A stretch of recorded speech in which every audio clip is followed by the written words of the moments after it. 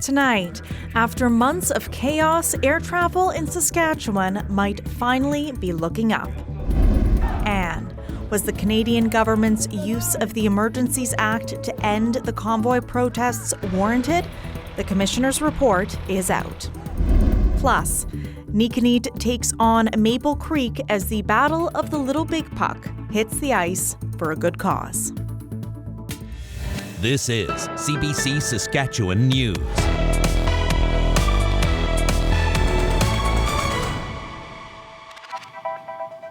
It's Friday, February 17th. CBC Saskatchewan News starts right now. Hello, and thank you for joining us. Sam McKaig is away this evening. Family Day is coming up, and with many kids off school, many are anxious to escape for a hot holiday. It seems flying anywhere has been a struggle recently, with fewer direct routes and canceled trips. But there may now be a glimmer of hope for air travelers. Jesse Anton reports. It's been a busy and at times turbulent few months at Saskatchewan airports, from the countless delayed and cancelled flights over the holidays to Sunwing Airlines cutting flights out of the province. But two big announcements this week are aiming to retain travelers. In Regina, by the summertime, we should see more direct WestJet and Air Canada flights from YQR to cities across Canada, including Kelowna, Montreal, and Toronto. The Regina Airport Authority says no connection should mean fewer headaches for travelers. The more places you have to stop, get off, transfer, the more chance there is that something can happen. So direct flights are really nice that way. Some passengers tell us they agree, and they're cautiously optimistic these direct flights will be here to stay, so they don't have to worry about or adjust their travel plans again. That would be great. We had to actually change our flight because we were concerned about the turnover in Calgary. We were supposed to leave yesterday. I'm not really checking in bags. I'm usually bringing on carry-ons, specifically because of the luggage issues that we've been seeing. So yeah, direct flights makes it a lot easier. In Saskatoon, flights to Minneapolis are returning through WestJet. This flight will run 3 times a week, departing at 8 a.m. on Monday, Wednesdays, and Fridays. This comes after Delta Airlines pulled its service out of Saskatoon early on in the pandemic, leaving no direct flights to Minneapolis. The Saskatoon Airport and the province say they've been working for years to bring them back. Having those direct connections to U.S. hub cities where you can, for one flight change gets almost anywhere in the world is really what our business community were asking for. The direct flights from Saskatoon to Minneapolis are set to begin in mid-June. Jesse Anton, CBC News, Regina. Yesterday, we told you the federal government tabled legislation that would change how potential cases of wrongful convictions are reviewed. The legislation was named after Saskatchewan's David Milgard, who was imprisoned for 23 years for a crime he didn't commit. The murder conviction of 2 Saskatchewan sisters is currently being reviewed, and it could be impacted by the new legislation. Odelia and Nerissa Quewezance were found guilty of killing farmer Anthony Dolph in 1993. Their cases have the potential to be reviewed by this new commission, independent of the federal government, if they so choose. Our prisons are just riddled in terms of overrepresentation with Indigenous, particularly, and Black people. So they would be directed to take into account these types of issues and the overrepresentation of these populations. And so for Odelia and Nerissa, being 2 Indigenous women who have been institutionalized their entire lives, that would be another benefit to the new system. If you can take on these systemic issues, and that's one of the things that we believe that the commission should do and hasn't been authorized to do yet. So as time goes on, we want that into the legislation, that they can examine these systemic issues that cause this overrepresentation of Indigenous and Black people in prison. The federal justice minister says he's trying to make sure that overrepresented prison populations see the review process as trustworthy. Internal turmoil continues to trouble Regina's City Hall. Of particular concern at the moment is a dispute between 2 councillors and the city manager. As Alexander Kwan reports, it seems a swift resolution is not on the horizon. I'm going to suggest that she feels intimidated. She felt harassed with a lawsuit. A brief comment from Regina's mayor during a council meeting earlier this month has now sparked calls for a provincial investigation. Two Regina councillors, Dan LeBlanc and Andrew Stevens, have been accused of harassing city manager Nikki Anderson.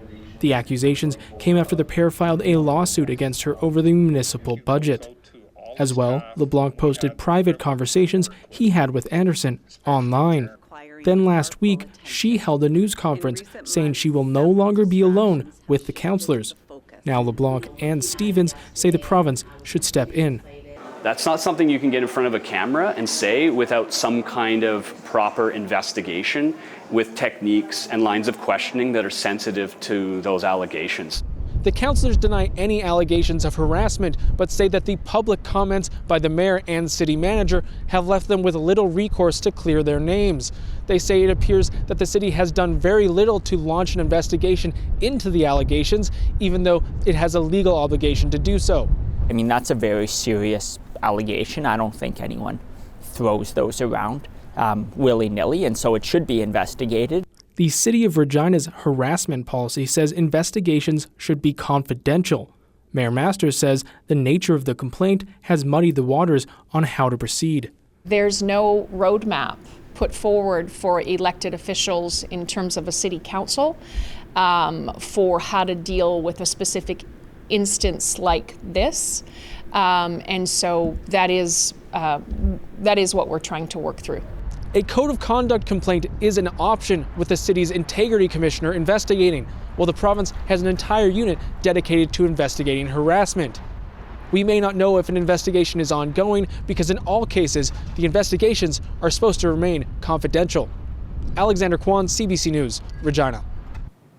A nearly century-old Regina church could soon find a new life, but it will take a vote from City Council to get there.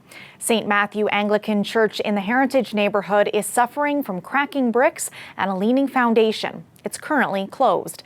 The Diocese of Capel, which owns the building, says it doesn't have the millions of dollars needed to make it safe. So it's asking City Council to remove the church's municipal heritage designation. That would allow for partial demolition while keeping some of the existing walls to build a community hub and rental housing. The neighborhood's community association and the Regina Planning Commission are in favor of the request. It goes before City Council next week. And a charity hockey game will mark its 40th edition this weekend. February, Cree players from Nekaneet First Nation face off against rodeo cowboys from Maple Creek. Bonnie Allen has more on the Battle of the Little Big Puck. It's a tradition dating back to 1979. After the second period, the Cree players from Nekaneet First Nation trade their hockey jerseys for headdresses, animal hide, and face paint. The Cowboys don their hats and chaps. The 40th edition of the Battle of the Little Big Puck is the latest in a long-standing celebration of unity and respect. For a lot of us, we're not just friends with the Nekaneet band members, but in a lot of cases, our parents, our grandparents, and even our great-grandparents knew each other and interacted and were friends. Helps me feel a place of belonging. The mayor of Maple Creek says the charity hockey game has always meant a lot to her, but especially as a Métis teenager finding her place in the world. It didn't matter who you were or what you were or the skin color you were still included in part of the community. We are just people, we're just neighbors, and we want to create that good feeling. We reached Nekaneet Chief Alvin Francis and Elder Larry Oakes by video chat. At 63, Oakes is still playing in the game. In order to deal with something like racism or differences like that, the people have to be doing something. It's not just something that you write about or talk about. You better be doing something, and this is probably something that we can say we're doing together. We don't call it the Indigenous game. We call it the Cowboys and Indians, the Battle of the Little Big Puck. And nobody takes offense to that. You know, but again, I said that comes back to 40 years of relationship building. I don't mean to get up on a soapbox and say, look at us and we are the beacon of hope to unified cultures and all that. But if we can shed a little bit of light on how we can all get along, then that's mission accomplished. The money raised this year helps the local health center and teenage cowboy Sandy Cooper, who was paralyzed at a recent rodeo. Bonnie Allen, CBC News. Many of us in the province are still reveling in the unseasonably warm weather as we head into the weekend. Will it hold up for Family Day? Weather specialist Ethan Williams joins us after the break. Stay with us.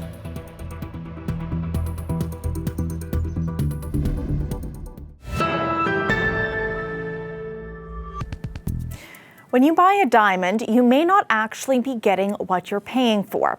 A CBC Marketplace investigation found some retailers make misleading claims. Rosa Marcatelli shows us why customers may want to question whether they're getting the real deal on diamonds. We're undercover at jewelry stores Ben Moss, Michael Hill, and Peoples to find out what consumers are told when they lay down all that money for a diamond ring.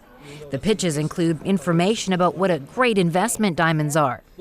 So if I were to buy this, the value would just go up. Absolutely.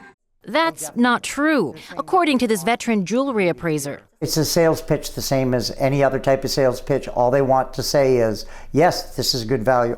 So what about the 4 C's? Cut, color, clarity, and carat weight. The salespeople tell us we can trust what we're sold. It has all the specifications here, the shape, the weight, the clarity, the color. At each store, we're told the 4 C's are backed by a grading report. So we tested them, buying similar diamonds from each retailer, then sending them to a top lab for regrading. The result? None of the reports matched up. So this is an eye color I1. Grading diamonds is subjective, so differences in the reports can happen. In the case of our diamonds, the grading on the Michael Hill one was close, increasing the value slightly by $130. But our test found a drop in quality for the Ben Moss and Peoples diamonds. Both lost nearly $1,000 in value, based on the reports we got. So people could be buying a diamond and not actually getting what they think they're paying for? All the time. Tom Hart speaks for the company that owns Ben Moss. I feel very confident in our grading. I think anybody shopping at Ben Moss should be 100% convinced that they are getting fair value and getting what we tell them it is. All 3 companies say the labs they use to grade diamonds are recognized and reliable. Little reassurance for this young couple who spent a lot of money on an engagement ring. How would you guys feel? You're paying a certain amount and you're expecting something, and so if you find out that it's like not what you're being told, then yeah, it would be disappointing. The advice for consumers? Get your ring independently appraised right after you buy it. You can usually return it if you're not satisfied. Rosa Marcatelli, CBC News, Toronto. This weather update is brought to you by the Capital Automotive Group. Trade and upgrade is on now.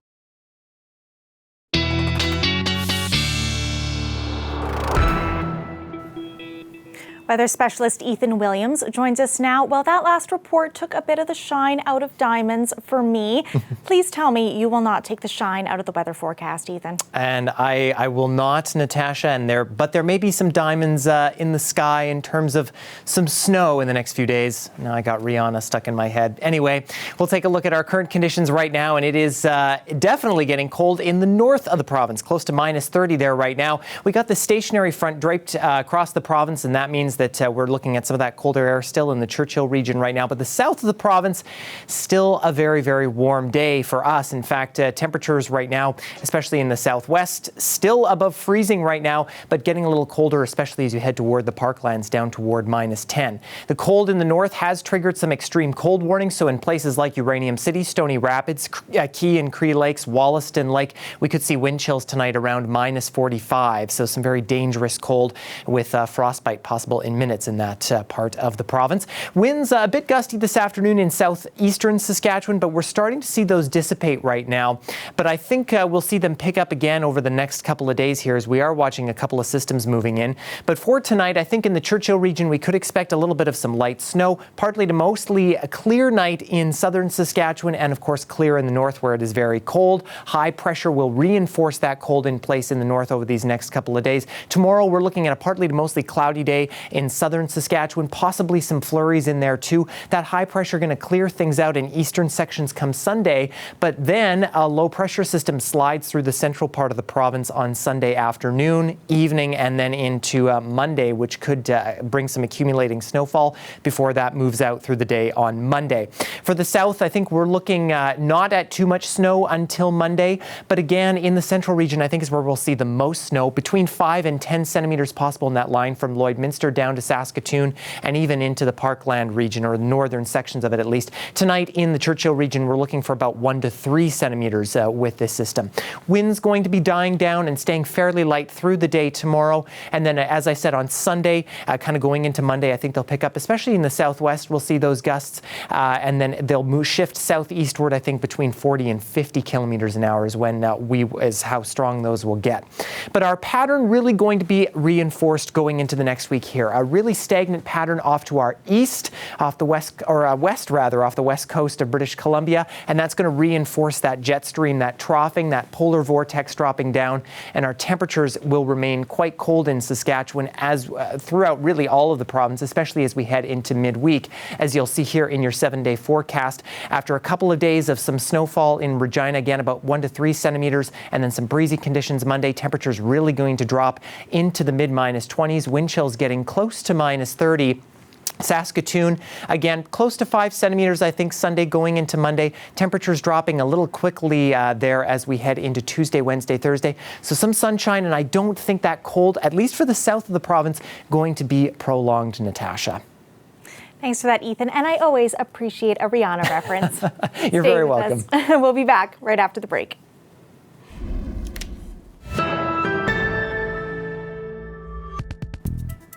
The report came out today on the federal government's use of the Emergencies Act to end the Convoy protests last winter. The commissioner says the government met the threshold to invoke the measure, but he says it could have been avoided if police and politicians had acted differently. Rafi Boudjikanian has the details. Freedom! Last winter in Ottawa, it took 3 weeks of this before police swarmed protesters. In between, the federal government invoked the Emergencies Act, allowing authorities to compel tow trucks to move big rigs and freeze bank accounts of some protesters. But along with the invocation came a constraint built into the law, an independent inquiry into whether Ottawa was justified in pulling that trigger. Today, this. After careful reflection, I have concluded that the very high threshold required for the invocation of the Act was met. Rouleau cited failures by the Ottawa police, a lack of proper planning, no proper assessment of intelligence, and infighting. He also blamed the province of Ontario for its absence as a partner to the city and to the federal government in dealing with the convoy. As for Prime Minister Trudeau, Rouleau did say this remark appears to have flared up tensions with protesters. The small fringe minority of people who are on their way to Ottawa do not represent the views of Canadians. Today, the Prime Minister expressed some regret. I wish I had said that differently. The fact is, there is a very small number of people in this country who deliberately spread misinformation and disinformation, but took a victory lap over Rouleau's major findings. He found that what we experienced last year was a national emergency that threatened the security of Canadians. While the official opposition continued calling the Emergencies Act an overreach and defending its support of the convoy. People were so helpless and so desperate, they ended up participating in a protest in Ottawa. This was an emergency that Justin Trudeau created. This as the lawyer representing downtown residents and businesses worried over whether police forces will heed the report's findings, asking for police to work together. You would think that we've learned a lot of lessons from this, or at least the police have, They've said the right words at times, but I don't think we've really gotten a good apology from the Ottawa Police to the people of Ottawa. As for Rouleau's other big target, the province of Ontario is defending itself, saying in a statement it declared a provincial emergency before Ottawa invoked the act and froze funds for protesters. Rafi Boudjikani on CBC News, Ottawa. The Globe and Mail is reporting that China employed what it calls a sophisticated strategy to influence Canada's last federal election. The newspaper says it based its story on secret and top secret documents from the Canadian Security Intelligence Service. CBC News has not seen the documents. The Globe report says the documents suggest that China had two aims: to ensure a minority Liberal government and to defeat certain Conservative candidates identified by China. It says China pressured its consulates to influence Chinese community members and associations within Canada, and donors were encouraged to provide campaign contributions to candidates favored by China. The Globe says the documents reveal China's former consul general in Vancouver boasted in 2021 about how she helped defeat two Conservative MPs. The Trudeau government set up a task force to monitor potential threats to the federal elections, but Trudeau told the Commons that the integrity of our elections was not compromised. 5 former police officers in Memphis, Tennessee, have entered pleas of not guilty in the death of Tyre Nichols. Officers beat Nichols after a traffic stop in early January. He died days later. Chris Reyes brings us this report. It was an emotional day inside a Memphis courtroom this morning where 5 former police officers charged in connection with the death of Tyre Nichols made their first appearance. The 5 officers walked into the courtroom with their lawyers for their arraignment. They were read the charges that they're facing, including second-degree murder charges, kidnapping, assault, all entered a plea of not guilty. This is essentially the officers' first public appearance, but what makes this a really big deal is that this is also the first time that these officers are coming face-to-face with Tyre Nichols' family. Inside that courtroom, Nichols' mother. Have a listen to what she said about the experience. I want each and every one of those police officers to be able to look me in the face. They haven't done that yet. They couldn't even do that today. They didn't even have the courage to look at me in my face.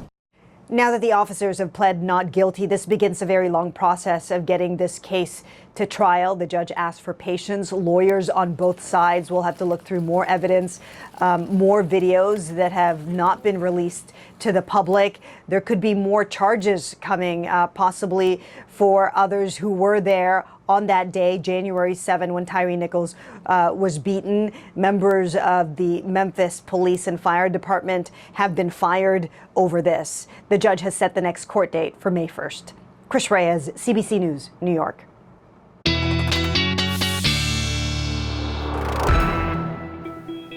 And Ethan is back with a final look at tomorrow's forecast. And I think we'll be waking up to partly cloudy skies, Natasha, minus 13 in Regina, sitting under south winds, which will actually be dying down as we go through the day. Noon hour sitting at minus 6. Not too bad of a day tomorrow. Same in Saskatoon, pretty much minus 12 under some sun and cloud. Southwest winds around 20 kilometers an hour. A little bit of cloud cover building in for the afternoon, and there is the possibility of some afternoon flurries in Saskatoon as well, but northwest winds won't be too bad. A moderate geomagnetic storm means we could see some aurora tonight. The KP index maxing out around a 6 out of 9, which is moderate, and best chance to see that will be between 6 and midnight tonight. South and central, possibly. I think the far north is the best bet to see them, Natasha, but of course it'll be very cold there, so you'll need to bundle up. Okay, thanks for that, Ethan. You bet. Well, that's it for us tonight. For news anytime, head to cbc.ca/sask. Ethan will be back with more local news at 11. Thanks for watching and have a great night.